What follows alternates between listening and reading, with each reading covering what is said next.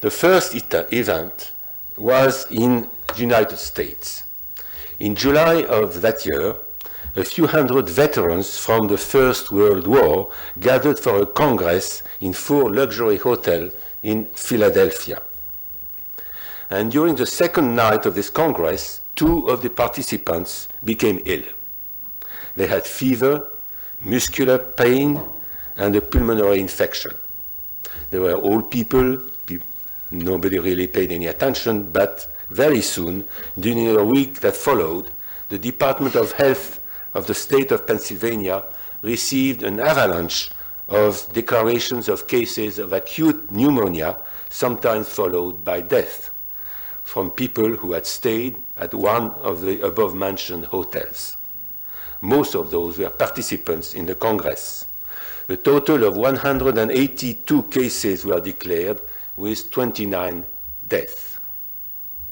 It took no less than 6 months for the epidemiologists of the Centers for Disease Control, the CDC, which is the institution in charge of surveillance of infectious disease in the USA, to discover the cause of this small epidemic. The culprit was a bacterium usually found in rivers, ponds, and lakes that had found a new habitat in the residual water of the hotel air conditioning system. This bacterium is rather difficult to grow in cultures, and this explains why it took 6 months to find it, but it happens to grow very well in human pulmonary cells if it is given the occasion to see them, to find them.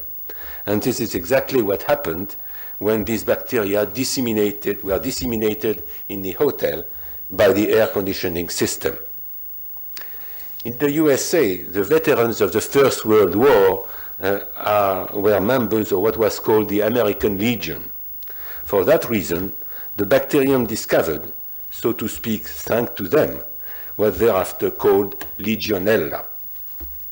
This bacteria had never been identified before 1976, and it is typically what can be called an emergent disease. And it is now regularly causing small epidemics, usually caused by air conditioning systems, but sometimes also by collective shower installation. This is an example of, I took an example from your region of the world, but there are several ones anywhere in the world. And to give an example, in France, there are about 1,500 cases of this disease each year. In the USA, there are from 10 to 20,000 each year. So it's a rather frequent disease. So this was the first event, emergence of a new disease that never had heard about before. The second event of that year occurred not very far from Pennsylvania, in a state close to Connecticut, in a small village called Lyme. There, within a few months, 51 people from this small village were struck by a strange disease which resembled rheumatoid arthritis. So there were cutaneous lesions, pain in the head, muscles, and joints. And neurological after effects were sometimes observed. This time it took 6 years to identify the culprit. It was again a bacterium which was given the name Borrelia burgdorferi. This is a bacterium very different from the preceding one. This bacterium is transmitted by ticks, and here is a tick at the end of a grass. Very nice little animal, as you can see. These ticks became very numerous in New England forests once the farmers that at first settled there, you remember when the Europeans got to the Americas, they first settled in New England, they had farms and so on, and then they realized that it was easier to do agriculture in the Middle West, so they all left there, and all the New England became wild in a way, with many forests and so on. And in the forests, it happens that you have a large number of those nice little animals, white-tailed deers. And it so happens that the ticks I showed you are essentially parasites of this kind of animals, as well as a few other mammals. So the peasant had gone to the Middle West, but then people from the towns like to have houses in the forest, or very close to the forest, and they like when they open their window to see this animal. So that's all very nice, but when they walk around, they can get the ticks, and with the tick they can get the bacterium which is carried by this nice deer. So the conditions were created to have this disease, this now called Lyme disease, to be prevalent in these regions. And in fact, once identified, the same disease was detected all over the USA, even though it is much more frequent in New England. You see in red, this is in New England, and you see this is already in 1998, but it's about the same now. You had from 1,000 to 5,000 cases per year in these states.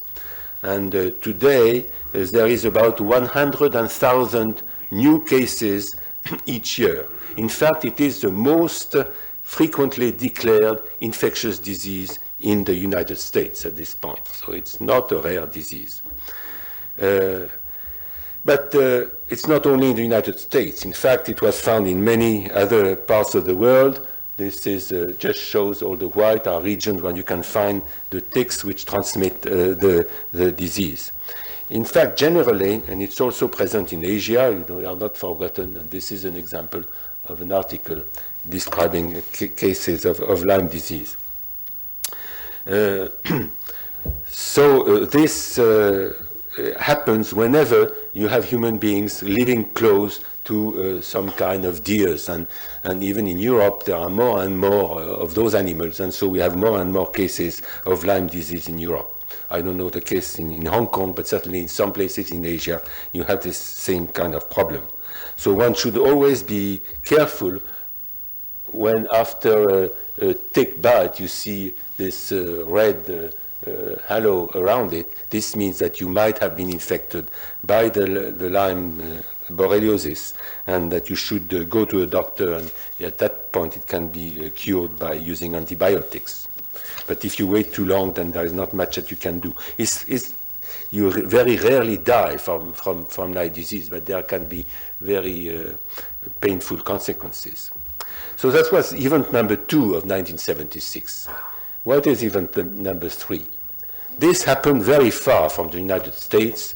It happened in a state, in a country which was called Zaire, and now is a Democratic Republic of Congo. On the beginning of September of that year, a man who was about 40 years old was coming from the wilds, and he arrived in a small village called Yambuku. He was in very bad shape. He went directly to a small hospital which was part of a Catholic mission held by Belgian sisters. The man was very sick. He had pain everywhere, high fever, he vomited, he had diarrhea and multiple hemorrhages.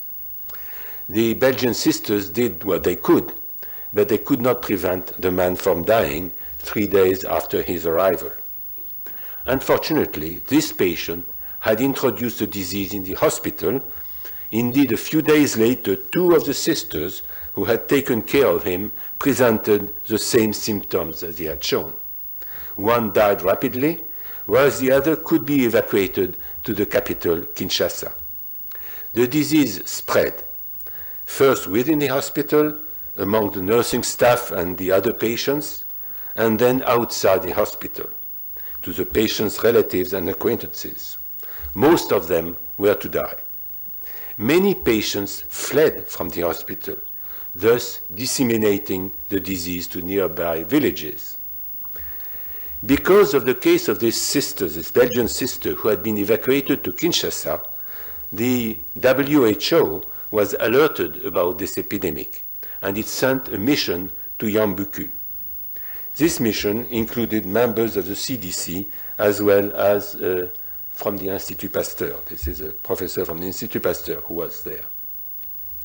The purpose was to stop the epidemic as soon as possible and to understand its origin. Very soon, the culprit was identified. It was a strange virus which was given the name of a close-by river, Ebola. The conditions of its transmission were elucidated. They required a close contact with the patient either before or after his death. An injection with syringes that had been improperly sterilized, the care given to patients, the funerary rites, all of those provided opportunities for contamination. Yambuku Hospital was forced to close down. Indeed, 11 of its 17 healthcare personnel had died from the disease. In the population of Yambuku and around, within 3 months, 318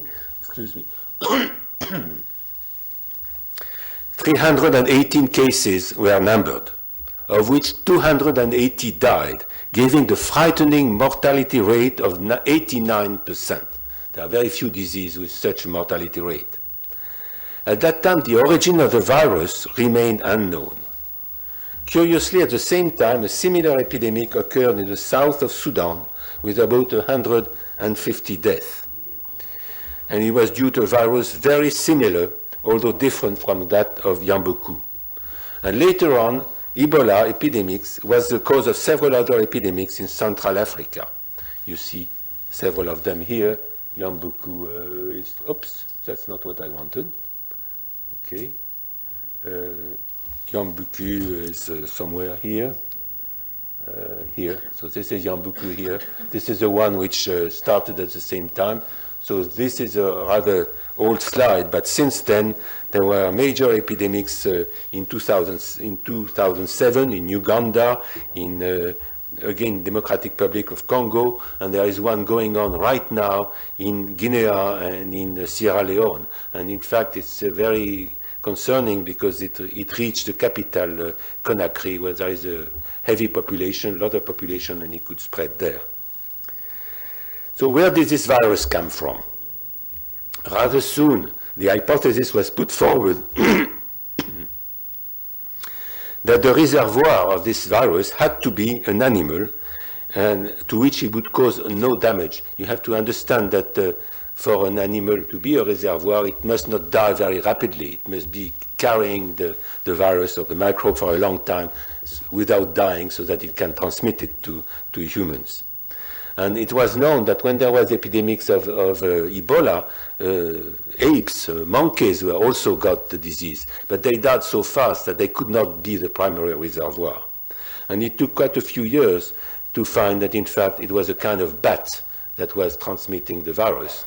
And most probably bat transmitted to the monkeys, close to one another in the trees, and then it so happens, and I'll speak about that later again, that people in that region tend to eat apes, and so there are contacts, close contacts of human people with apes, and so they could get the Ebola there. So usually, if someone gets a disease in a small village somewhere, he will die very fast and nobody will know about it. But whenever someone who gets the disease goes into a small caring unit of the kind I described in Yambuku, where there is not enough hygiene, not enough equipment, then there may be contamination of the personnel, and then it will be the start of the epidemics. So these are the 3 events of 1976. What's happening here? I'm not supposed to have that. So in 1976, nobody established a link between these 3 very different emerging diseases. And in fact, as I told you, in one case, it took 6 years to understand what it was. But these 3 cases illustrate a basic process that is at the origin of many emerging diseases. In the 3 instances, the microbes in cause were not new. There is no spontaneous generation. The microbes existed before.